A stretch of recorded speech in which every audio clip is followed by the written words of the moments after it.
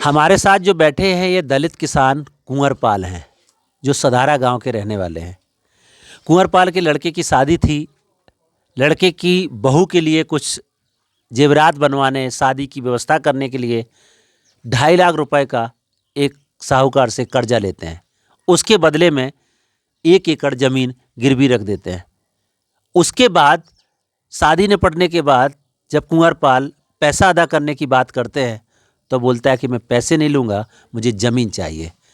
ज़मीन पे निगाहें गड़ाए बैठे ऐसे लोग आज 3 साल से ज़्यादा समय हो गया है और इनकी 7 बीघा ज़मीन उस पैसे के ब्याज के एवज में कर रहे हैं। जी हाँ दोस्तों, नमस्कार। मेरा नाम है कुलदीप कुमार और आज हम आपके साथ जो कहानी साझा कर रहे हैं ये दलित किसान कुंवरपाल की कहानी है। मजबूरी में आदमी कर्जा लेता है, अपने परिवार को चलाने के लिए तमाम तरीके की व्यवस्थाएं करता है। कुंवरपाल के लड़के की शादी थी तो उन्होंने शादी के इंतजाम के लिए 2.5 लाख रुपए का कर्जा ले लिया। उस कर्जे के एवज में ज़मीन गिरवी रख दी। एक स्टाम्प पेपर पे, एक सादा कागज़ पर लिख के एग्रीमेंट हो गया। 2.5 लाख रुपए लेके शादी करने के बाद जब इन्होंने वो पैसा चुकाना चाहा तो बोला नहीं, पैसे नहीं चाहिए, मुझे ज़मीन चाहिए। और ज़मीन को लेकर के लगातार इनके ऊपर 3 साल से उसके ब्याज में वो ज़मीन कब्जा किए हुए है, अभी तक वापस नहीं कर रहा है।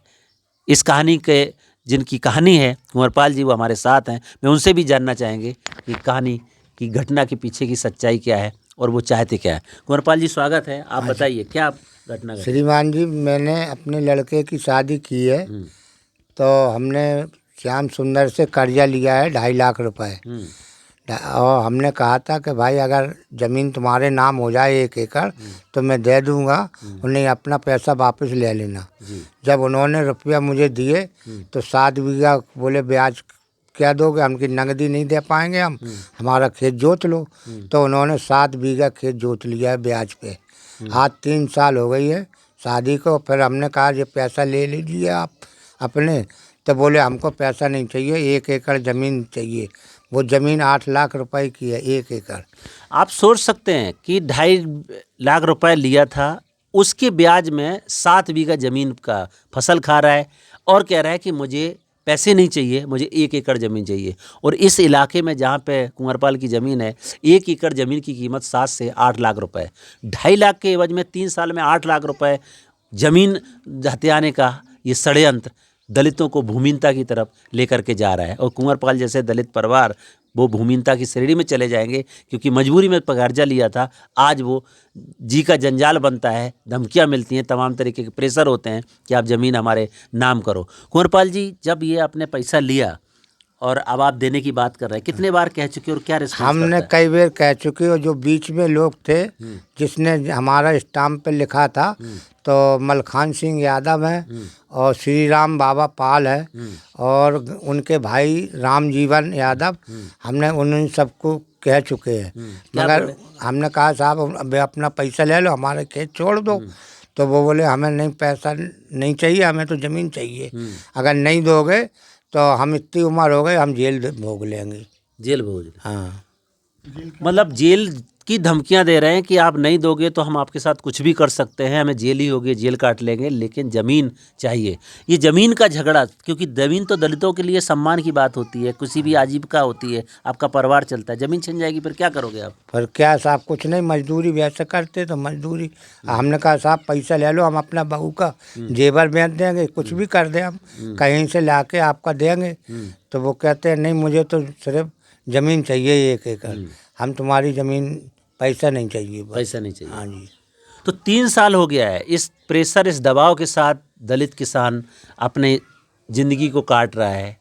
परिवार की इज्जत और तमाम तरीके के जो शादियों में दहेज और तमाम चीज़ों की व्यवस्था करने के लिए और निश्चित तौर से परिवार को चलाने के लिए कुछ ना कुछ पैसे कर्जा या कुछ व्यवस्थाएं करनी पड़ती हैं, हर परिवार करता है। वही काम तो इन्होंने किया था, लेकिन उसके बदले ज़मीन हथियाने का जो षड्यंत्र है वो दलितों को भूमिहीनता की तरफ ले जाता है। क्या क्या प्रयास किए आपने और क्या चुनौती आ रही है?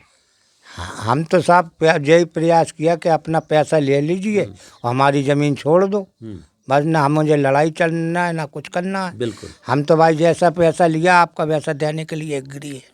जी हाँ जी सर। क्या नाम है आपका? कुंवरपाल नाम है। तो कुंवरपाल अपना पूरा पैसा देने के लिए तैयार है और बार बार रिक्वेस्ट कर चुके हैं कि साहब जितना पैसा लिया था वो आप हमसे ले लीजिए और हमारी ज़मीन हमें वापस कर दीजिए। जब ये बात कहने के लिए कुंवरपाल आप उनके पास जाते हो तो क्या बोलते हैं? तो वो बात नहीं करते, कहते हैं अभी नहीं, हम गर्मियन में बताएंगे तुमको। गर्मियों में बताएंगे। हाँ जी, और ज़मीन पे पूरा कब्जा वही किया? पूरा कब्जा फसल वो ले जाते हैं? फसल वही लेते। तो आपका घर का खर्चा कैसे चलता है? अब आप अपने हम तो परिवार मजदूरी है, लड़का बाहर दिल्ली कमाता है, उसी में अपना पेट पाल रहा है कर्ज।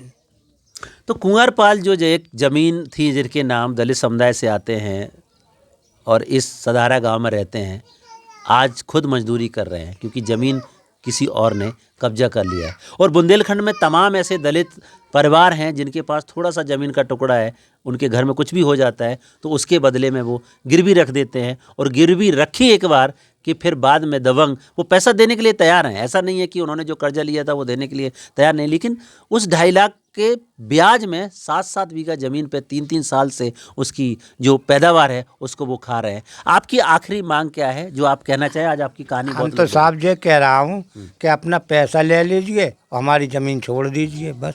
तो कुंवरपाल का स्पष्ट कहना है कि साहब पैसा ले लीजिए, ज़मीन छोड़ दीजिए। मैं इस कहानी को आप सबके माध्यम इसलिए रख रहा हूँ, आप सबके सामने रख रहा हूँ, और इस तहसील के तहसीलदार एसडीएम से अनुरोध करूँगा कि वो कुंवरपाल की इस ज़मीन का संज्ञान लें और जो भी लिखतनामा हुआ है इनका वो पैसा देते हुए उस ज़मीन को वापस दिलाया जाए, क्योंकि एक दलित परिवार के लिए ज़मीन ही उनकी आजीविका का स्रोत है, उनकी सम्मान का वाहक है। अगर वो ज़मीन वापस मिल जाएगी तो ये अपने परिवार को सम्मानपूर्ण ज़िंदगी जी सकते हैं। आज की कहानी में इतना ही, कल फिर मिलेंगे, तब तक के लिए